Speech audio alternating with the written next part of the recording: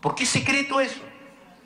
¿Por qué no se puede saber que fulano es un estafador, mengano es un asaltante, sutano es un violador? ¿Por qué no se puede saber? Que se ponga la lista completa pública, gratuita, y se acabó. Que se obligue al Poder Judicial que los condenados en sentencia ejecutoriada, por supuesto, condenados, pasen a ese registro. Después ya veremos y discutiremos, presidente, cómo hacemos para el tema de la rehabilitación, el cumplimiento de la pena o lo que fuera. Pero la vida es así, pues, presidente. El que comete un delito grave y es condenado por ese delito, bueno, pues la sociedad tiene derecho a saberlo. Entonces, yo iría por ese lado, presidente. Iría por que en el artículo 3 se establezca una revolución del tema del registro central de condenas. Que el registro central de condenas sea un registro público, gratuito y colgado en la página web, para que nadie esté cobrando por ese tema y que los peruanos todos sepamos si una persona está condenada por cualquier delito que sea, y entonces así nos evitamos todos estos trámites engorrosos de buscar ahí, ¿no?, reforzar con medidas pertinentes. No lo van a hacer, presidente. Gracias. Gracias, presidente. Congresista Pariona y luego congresista Glave.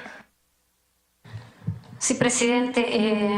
Me parece atinado la propuesta del congresista Mulder, toda vez que el acceso público a estos registros ayudaría de algún modo a identificar, a prever incluso del contrato, la contratación de maestros que en casos hemos visto que han solo solicitado una permuta, pero siguen trabajando en el sector público, en el sector educativo, pese a tener incluso orden de detención.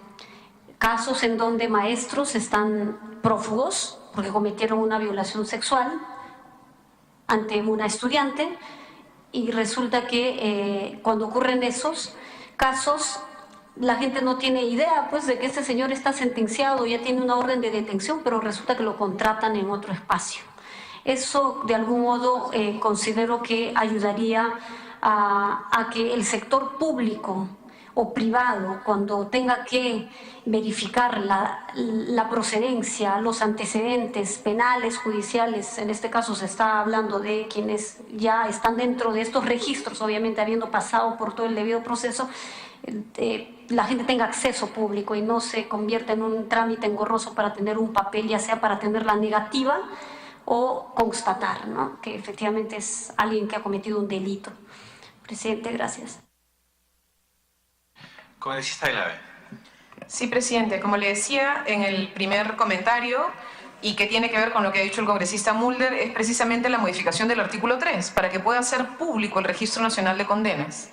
Porque sí tendríamos la posibilidad todos, y en particular padres, madres y personas que trabajan o que están a cargo de niños, niñas y adolescentes, tener información sobre los delitos. Entonces, sí creo que sería importante, como está además originalmente en el proyecto de ley de la congresista Montenegro, que eso pudiera ser público y que pudiera accederse. La segunda cosa, presidente, es la necesidad de alentar la interoperatividad entre las distintas entidades del sector público, y que tiene que ver con que muchas veces se exigen certificados cuando deberían estar los temas absolutamente colgados en línea y no haber necesidad de hacer un cobro al ciudadano para algo que en teoría no sé, el Ministerio de la Mujer, el Ministerio de Salud, todo el mundo podría estar absolutamente conectado y tener la información a la mano, presidente. Y la tercera cosa, que también estaba en el proyecto de ley de la congresista Montenegro y que por alguna razón no está en el dictamen, presidente, es que se incluya expresamente que están impedidos de trabajar con niños, con niñas y con adolescentes o prestar servicios relacionados con niños, niñas y adolescentes en cualquier modalidad laboral o contractual en el sector público o privado, las personas que tengan sentencia condenatoria, que estén inscritos en el Registro Nacional de Condenas por delitos contra la vida, contra el cuerpo y la salud y los delitos de violación de la libertad sexual, presidente. Eso era algo importante del proyecto original y tampoco está contemplado en el dictamen, lo que sería importante para poder terminar de recoger lo que creo que ha sido el espíritu de los proyectos presentados, presidente. Gracias, congresista Glave. Yo sugería pasar ese tema a proyecto intermedio para poder recoger las... Sí, congresista Vicencio, antes de pasar a la proyecto intermedio. Sí, creo que difícilmente podremos estar en contra de estas propuestas, pero por un tema de técnica legislativa yo veo que acá en los dos proyectos se tiene información, opiniones respecto al primer proyecto de el registro de agresores sexuales, y el proyecto de la congresista Chacón pretende crear un registro público de condenados por delitos de violencia contra la mujer. Entonces, creo que, repito, o sea, difícilmente podemos estar en contra de que existe este registro para ambos, pero no sé si se convenga esta acumulación, porque respecto al proyecto de la congresista Chacón y otras congresistas más que ha suscrito esta propuesta, no se ha recibido información o opiniones respecto a uno de los proyectos. Entonces, para viabilizar, posiblemente de repente deberíamos ver la posibilidad de que no vayan acumulados. Eso es una sugerencia para permitir que se viabilice el primer proyecto, ¿no? Que sí tiene opiniones favorables de muchas instituciones. El segundo no veo que tenga opiniones respecto al proyecto de la congresista Chacón. Es un comentario, ¿no?, para tener en cuenta. Gracias, congresista. Pasamos el tema a cuarto intermedio para consensuar el texto.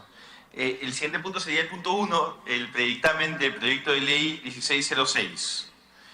Señores congresistas, se ha incluido el proyecto de ley presentado por el congresista Jorge Castro, del Grupo Parlamentario Frente Amplio, el cual propone modificar el artículo 402 del Código Penal referido al delito de denuncia calumniosa.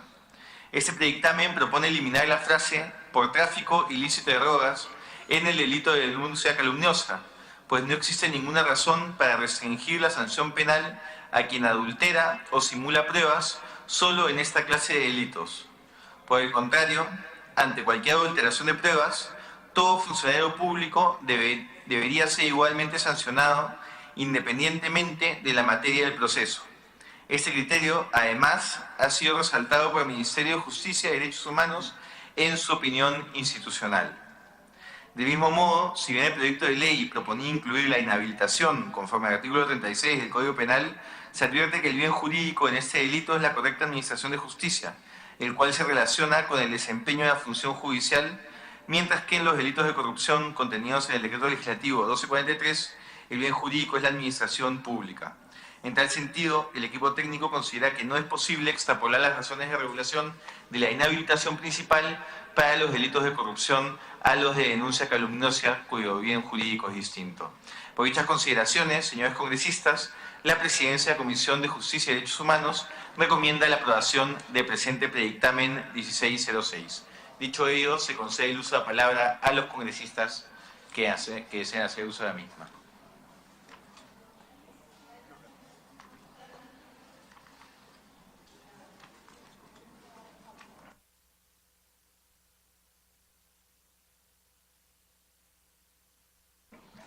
No habiendo congresistas que desean intervenirlo, pero tampoco no habiendo quórum, no podemos proceder con la palabra.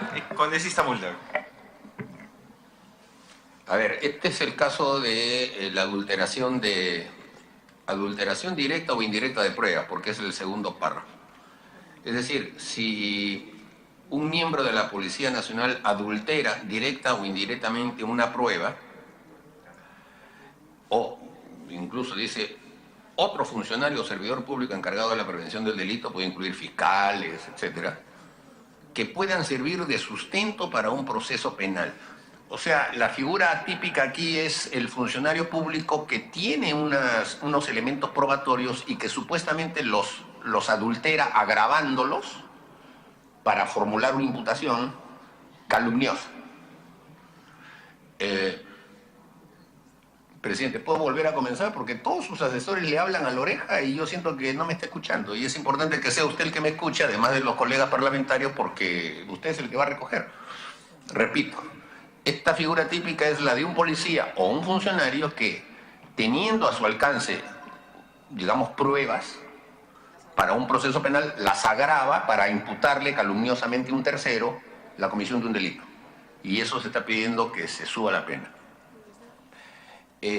Presidente, ¿y qué pasa si en lugar de agravarlas las disminuye, las oculta para favorecer a esa persona?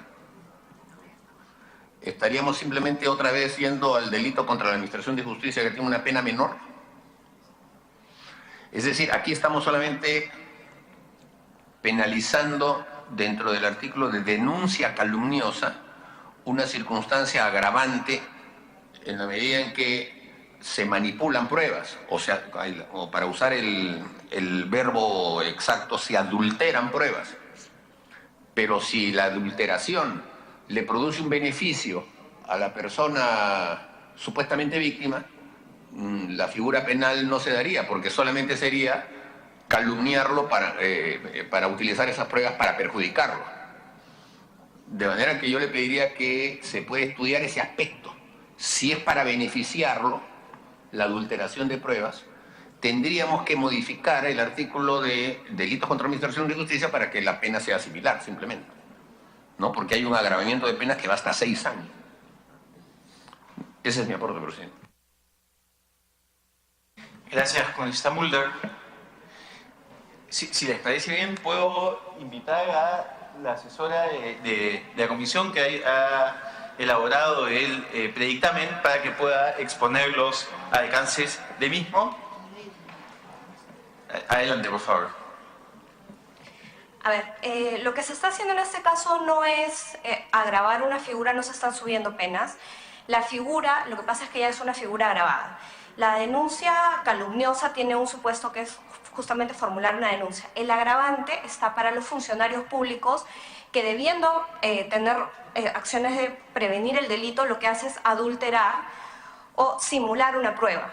No se especifica si es a beneficio o en contra de la persona para la que está simulando o adulterando las pruebas, con lo cual simplemente se trata de la conducta del funcionario público. Si él adultera o manipula, simula las pruebas, entonces estaría cayendo en esta figura. Lo que sucede es que a la fecha solo se contempla para los casos de delitos de tráfico ilícito de drogas. Lo que se quiere es ampliar el supuesto justamente para todos los casos, porque son funcionarios que tienen un deber especial. Entonces lo que se quiere es que se sancione en todos los casos como un agravante. Muchas gracias. Congresista Mulder. Presidente, entiendo bien. O sea, en la redacción actual se manifiesta que solamente sería punible esta adulteración en función del delito de narcotráfico. Y ahora se está extendiendo para todos los delitos, lo cual me parece correcto. El tema es que si la parte agravante del artículo, porque todo artículo tiene su forma típica y en segundo párrafo su forma agravada, ¿no es cierto? ¿Qué es esta? Es la adulteración directa o indirecta de pruebas. Es la parte agravante. Esa adulteración tiene que ser para perjudicar a la víctima, no para beneficiarla. Si la beneficia a la víctima, lo que está haciendo la gente es incurrir en otro delito, que es el delito contra la Administración de Justicia. A eso me refiero. Le damos la bienvenida al congresista Miguel Torres y al congresista Alcalá. ¿Hay algún congresista que desea hacer el uso de la palabra? De no ser así, procederíamos al voto. Los congresistas que estén a favor, por favor, si van a levantar la mano. Congresista Villavicencio, congresista Echeverría, congresista Alcalá, congresista... Perdón. Con cargo de reacción, congresista Mulder, congresista Ceballos, congresista Uñagua, congresista Lescano, congresista Pariona, congresista Torres, y el voto a favor de la presidencia.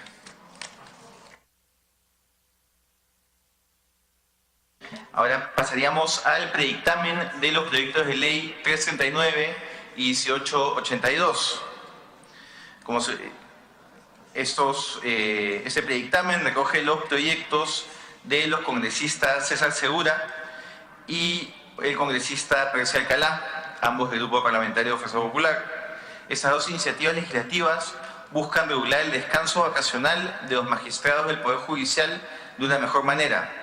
Como se sabe, a la fecha, ese poder del Estado toma vacaciones durante el mes de febrero, lo cual genera que los justiciables no puedan acceder a los servicios de administración de justicia durante todo ese periodo de tiempo.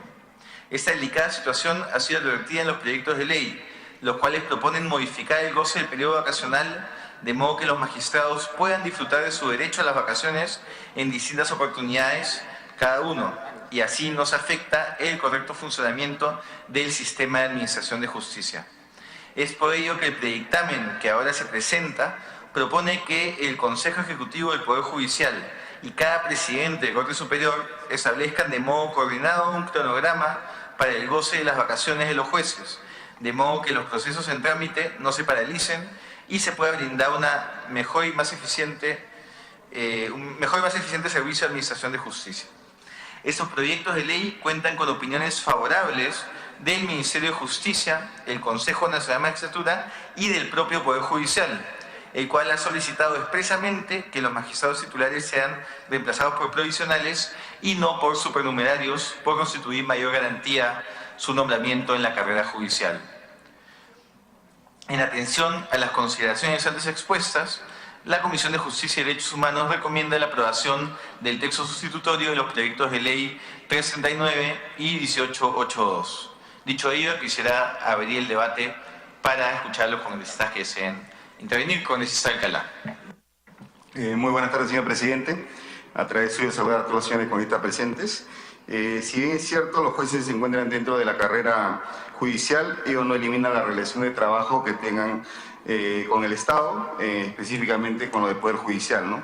La actual redacción del artículo 246 del texto único ordenado de la Ley Orgánica del Poder Judicial, aprobado por el Decreto Supremo 017 del año 93-Justicia, establece que los magistrados tienen derecho a 30 días de vacaciones y estas se establecen en 2 etapas sucesivas, cada una de 30 días, y excepcionalmente se le faculta al Consejo Ejecutivo a señalar un tiempo distinto a ello.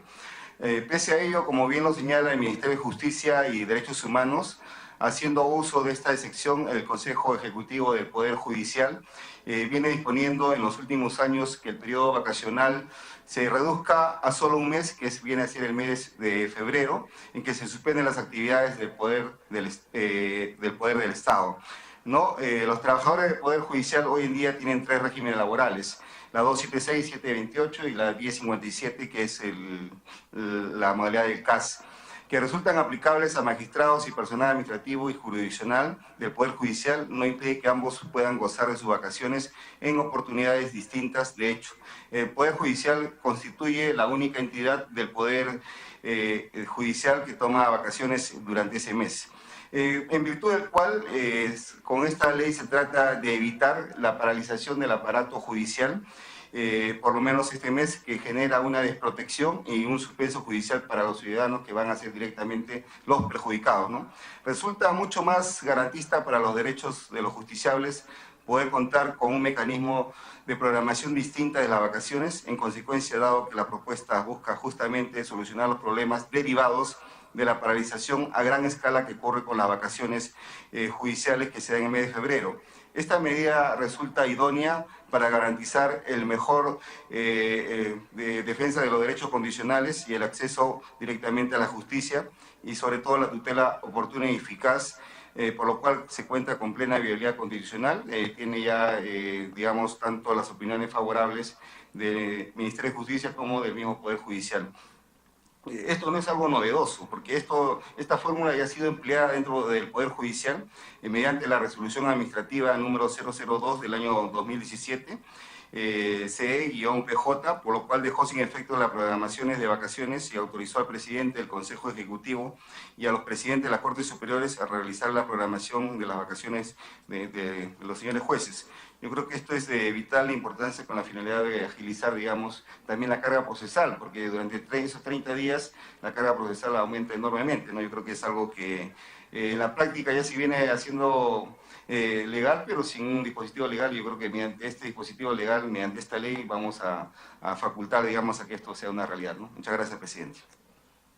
Gracias, congresista. Le damos la bienvenida a la congresista Tamara Imboro y le ofrecemos el uso de la palabra a un congresista que desea expresar su opinión. Caso contrario, procederíamos a la votación. Los congresistas que se encuentren a favor, por favor, levanten la mano. Congresista Villavicencio, congresista Echevarría, congresista González, congresista Alcalá, congresista Imboro, congresista Mulder, congresista Pariona, congresista Lescano, congresista Ushñahua, congresista Ceballos, y con el voto a favor de la presidencia. Ahora pasaríamos al siguiente punto en la agenda, que es el predictamen de los proyectos de ley 1037, 1164, 1602, 2070, 2119, 2165 y 2174, el cual ya se ha encontrado en agenda en las últimas sesiones y de hecho ya ha sido objeto de debate en la comisión. Se han recogido los aportes y comentarios que se han realizado en las distintas sesiones. Yo quisiera darle el uso de la palabra a los congresistas que quisieran intervenir sobre el mismo antes de ver su aprobación. Congresista Alcalá. Señor presidente, yo creo que este dictamen en todo caso debería que pase a un cuarto de intermedio con la finalidad de revisarlo con mayor detenimiento, teniendo en cuenta que el Ministerio Público ha opinado de favorable. Igualmente, el consultor abogado Arsenio Oré también ha dado una respuesta negativa, digamos, a este proyecto. Igualmente, el Ministerio de Justicia también ha opinado de favorable. Nosotros tenemos una serie de observaciones que en todo caso lo vas a llevar por escrito. Son 4, 5, 6 páginas, ¿no? Por eso pediría que se vea en una próxima sesión con mayor detenimiento, ¿no? Más bien voy a alcanzar al secretario técnico las respectivas observaciones. Muy bien, entonces pasamos a cuarto intermedio este predictamen. El siguiente predictamen es el del proyecto de ley 1232, que propone modificar el artículo 74 de la Ley Orgánica del Poder Judicial con el objeto de ampliar el periodo de cargo del presidente de la Corte Suprema de Justicia. Este proyecto es del congresista Gino Costa, del Grupo Parlamentario Ciudadanos por el Cambio, y busca que las gestiones administrativas en este cargo puedan llevar a cabo reformas y políticas institucionales con resultados concretos. Como todos sabemos, la implementación de un plan institucional contiene iniciativas a corto, mediano y largo plazo, cuya ejecución y resultados no siempre pueden darse en un breve periodo de tiempo. Por ello, es importante una iniciativa de este tipo que busca regular de una mejor manera esta situación. Debo recalcar además que el Centro Nacional de Planeamiento Estratégico, CEPLAN, ha establecido que un plan estratégico institucional debe identificar la estrategia de entidad en un periodo mínimo de 3 años. Por lo expuesto, este predictamen y este dato creo que es relevante de destacar, propone equiparar el periodo del presidente del Poder Judicial al periodo del fiscal de la Nación, de modo que su presidencia dure 3 años y pueda ser reelegido solo una vez y por un periodo de 2 años. Hay que señalar también que el predictamen señala que esto no sería aplicable a la autoridad actual, sino recién a partir de la siguiente autoridad.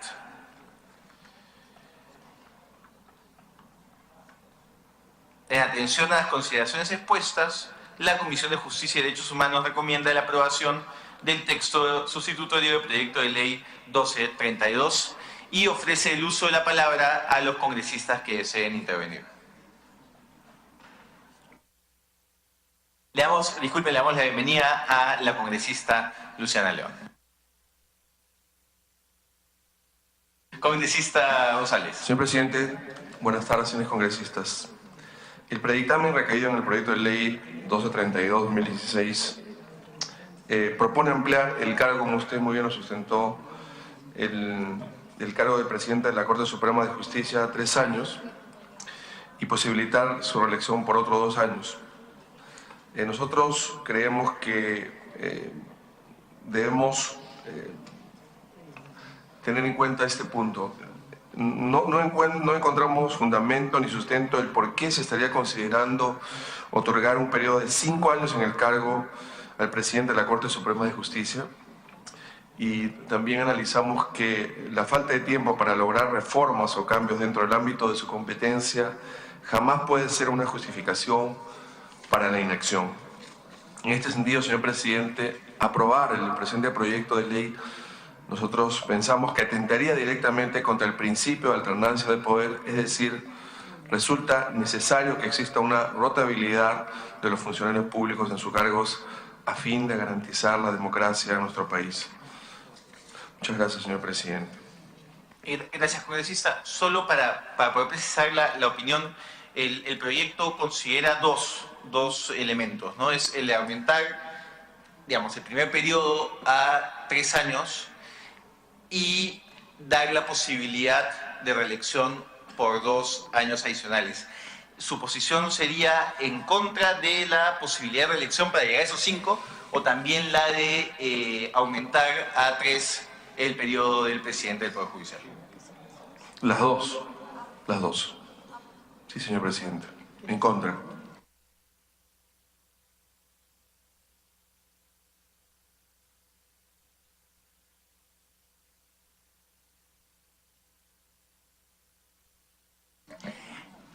Le damos el uso de la palabra a la congresista Pariona. Gracias, presidente. Entendemos, presidente, que para mejorar el sistema de administración de justicia en nuestro país se requiere hacer una reforma profunda con participación del Poder Judicial, el Consejo Nacional de la Magistratura, el Ministerio Público, la Academia Nacional de la Magistratura, el Ministerio de Justicia. Es recomendable que en la gestión del presidente de la Corte Suprema se ampliara a 3 años, pero la reelección por 2 años no permitiría una alternancia mínima que en algunos casos creemos que sería necesaria. Entendemos que en 3 años se podría garantizar algunas reformas institucionales del propio sistema de justicia en nuestro país, pero lo que sí no estaríamos muy de acuerdo es que la reelección por 2 años más estaría generando no una alternancia o un espaciamiento para que otros pudieran tener igual el cargo, ¿no? Sí. Es importante aprovechar para señalar que este proyecto cuenta con informe favorable del Consejo Nacional de Magistratura, del Poder Judicial y del Ministerio de Justicia, y también es interesante saber que 2 de los expresidentes justamente se han pronunciado a favor de ese tiempo porque señalan que 2 años para poder implementar un plan de trabajo de reforma termina siendo un tiempo muy limitado. No sé si otro congresista desea hacer el uso de la palabra. Sí, congresista Lescano y después el congresista Ceballos. Señor presidente, yo creo que la propuesta del congresista Gino Costa, y creo que es compartido por el trabajo que está haciendo el Poder Judicial, es absolutamente prudente. En estos momentos el fiscal de la Nación tiene 3 años de mandato, su cargo, y que se puede renovar a 2. Entonces, si el fiscal tiene esa posibilidad de poder llevar adelante su institución con un plazo de esa naturaleza, con mayor razón el Poder Judicial. El Poder Judicial ya tiene la decisión final en los derechos de los ciudadanos. Y consecuentemente yo creo que donde hay la misma razón, hay el mismo derecho. Ambas instituciones, el Ministerio Público y el Poder Judicial, tienen que ver con la justicia en el Perú. Y consecuentemente me parece una propuesta absolutamente razonable. En 2 años no se hace nada, señor presidente. No se hace absolutamente nada. Entonces, si es que no se quiere renovar 2 años más, por lo menos le demos 3 años de vigencia, aumentar 1 año más. Eso no va a causar absolutamente ningún daño, sino darle la facilidad a la institución, al Poder Judicial, para que pueda cumplir sus objetivos. El presidente, que tiene un plan de acción, por lo menos darle 3 años, para mejorar la justicia, que está bienvenida menos. Si no, nos van a decir, oiga, presentaron al Congreso un pedido para que mejore la justicia y a pesar de las opiniones de los entes especializados, el Congreso nos ha denegado. ¿Qué quiere el Congreso? ¿Obstaculizar la justicia o quiere ayudar a la justicia? Entonces, ese va a ser el razonamiento. Y nos van a imputar responsabilidades a nosotros. De tal manera que podría, señor, por lo menos aumentarse 1 año más. Y bueno, ir, digamos, con una reelección que sea, ¿no?, alternativa, digamos, después del mandato de otro presidente. Pero yo creo que sí es prudente incrementar los años del mandato del presidente de la Corte Suprema, señor presidente. Muchas gracias. Gracias, congresista Ceballos. Presidente, gracias. Primero creo que tenemos que revisar el dictamen, y usted lo ha explicado muy bien en la sustentación. Este no es un techo que unilateralmente se propone 2, 3 o 4 o 5 años. Usted lo ha explicado en su oportunidad, esta es una sugerencia que ha hecho ese plan, ¿no es cierto? Para aplicar determinadas políticas públicas se identifica un periodo mínimo de 3 años, o sea, perfectamente pudiera ser más.